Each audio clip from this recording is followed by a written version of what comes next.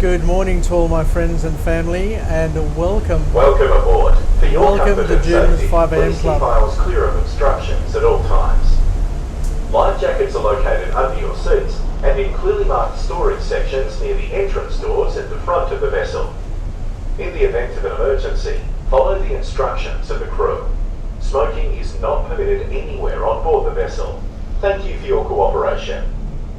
Good morning to all my friends and family, and welcome to Jinn's 5 a.m. club. And as you can see, I'm on the ferry and I'm Manly bound.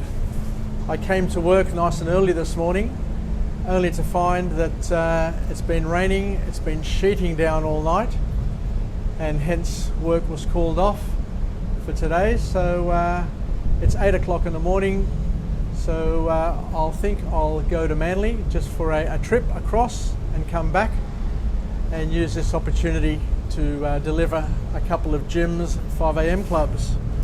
Why not? It's still very early in the morning, so I've got the weekend ahead of me, so let's make the most of this opportunity. So what we're going to do today is we're going to do a ferry and talk and have a look at the harbour and just go through a book summary. And today's book summary is a real interesting one, which is entitled Wherever You Go, There You Are, and it's by an author named Jon Kabat, Zinn. Anyway, so we're on our way. We're heading across. We've pushed off from Circular Quay. It's just lightly raining, so it's not all that bad at the moment. Let's come across over this side and we'll get a view of the magnificent Harbour Bridge. As you can see, it's looking magnificent and majestic as always. And if we cut across to the left, we'll see the Opera House as well. So we've got the best of both worlds on the Manly ferry. So the book here is entitled Wherever You Go, There You Are. A very profound saying, something that I hope we can all learn from, and something that we can hold dear to our hearts. So I'll just grab this little vantage point over here in the corner and just hope that we don't get buffeted by wind, and we'll see how we go. Because Jon Kabat Zinn, the author of this book, is considered to be the father of modern mindfulness. So let's go through this and see where it takes us and where it leads us. But the author here has a number of calls to action, and the first call to action is to basically learn how to ignore your phone on purpose. Learn how to ignore your phone on purpose is his first call to action. Wow, what a view. What a magnificent view. So the author then goes on to say that we need to learn to practice voluntary simplicity, to engage with one activity or thought at a time and just stick with it. Don't stray from it. Stick with it and indulge in that one thought and activity, and don't be tempted to multitask or to be distracted. And a very powerful message here saying that we must never trade our moments to live with other people's moments and agendas. So when you're playing with your children, when you're spending time with your loved ones, with your partner, it's important to be in that moment. And if you receive a call whilst you're in that moment, the best advice from this author is to simply ignore it. So to learn to deliberately ignore distractions, to savour your valuable moments, is the key message coming from this book. So learning how to deliberately focus your time and to deliberately make the most of your moments. The next message, which comes from this wonderful author, is that if someone takes something from you, make sure that you don't allow them to take your mind as well. Let's just repeat that one there. So if somebody takes something from you, make sure you don't allow them to take your mind as well. That is so powerful. And at the end of the day, what the author says here is that when patience runs out, that's when we tend to feel angry in our lives. So the trick is to be patient for as long as you can, and to try and resist anger, because anger is what triggers a lot of other negative thoughts and emotions. So at the end of the day, it's a choice, as the author says, and we're going to learn to choose patience, because by choosing patience, that is when your health, your environment, and your sanity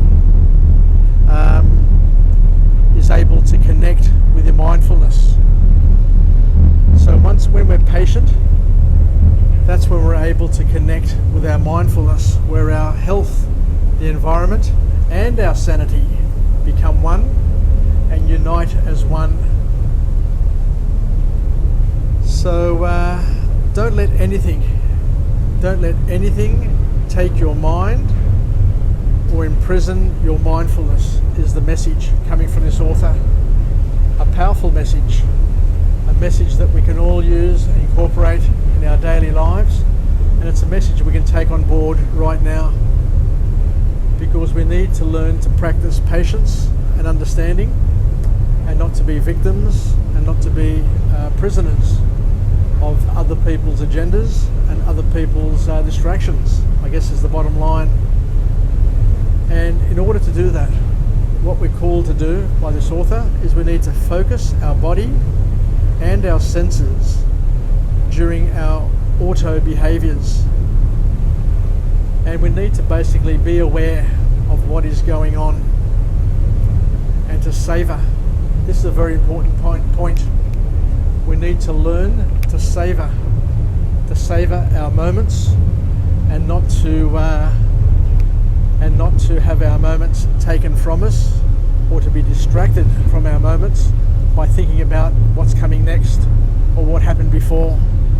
Make sure that you live the moment, you focus on the moment, and do whatever you can to savor that moment, savor each bite, savor each moment, so that you enjoy yourself to the best of your ability. So some examples or some techniques that the author introduces here as well is that when you're climbing stairs, notice the texture, feel the bend in your knee, and ask yourself questions about the present moment, so that you can stay in that present moment. Looking at that water churning behind us, just ask yourself different questions about what's currently happening. Take a moment to look around, to observe, to immerse yourself, and to become one with the moment, so that it doesn't get lost in yesterday's worries or tomorrow's anxiety. So in order to do this is a very key point and a key learning from this book.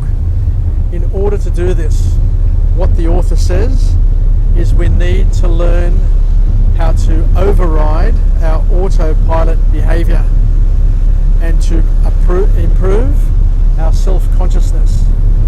So it's an effort, it requires action, and it just can't be left to your automatic pilot, because your automatic pilot, sadly, will be always linking back to your primitive reptilian brain, and taking you back to your worries of yesterday and your anxieties of tomorrow. So this is where we need to show personal leadership, and we need to be able to override, as the author says, override our autopilot, which is happening at the subconscious level, and to use suggestion, to use positive affirmation, to use your imagination to change your focus so that you're in the present and you're not mindlessly wandering in the past or moving into the intrepid and uncertain future. So I think I'll leave it there today. So thank you very much for joining me on this wonderful episode of Jim's 5am Club. As I said, I went to work this morning. I stayed there for 2 hours. I was called off. So rather than just jump on the bus and go back home, I thought I'd get on the ferry, take a half-hour trip to Manly and stay on the same ferry and come back to Sydney, then head to the bus stop and just take this hour, this roundabout hour, to turn it into Jim's time, to turn it into a Jim's 5am Club, and to do another episode or two, or maybe even 3, depending on how we go. So thanks very much for joining me on this wonderful morning. Even though it's overcast, even though it's raining, it's a beautiful, beautiful experience. And I think I'll leave it there. So let's finish off with a positive affirmation. I'm alive, I am well, and I feel absolutely great. To my friends and family, stay connected, stay committed, stay reasonable, and most importantly, let's make the most. Let's make the most of this moment and not worry about our future and not dwell on our past. So we're just taking a turn now and we're heading towards Manly. I think we're about halfway. So take care everybody. Yassas. Filakia from Jim's 5am Club. And we'll talk again later. Bye for now and ciao.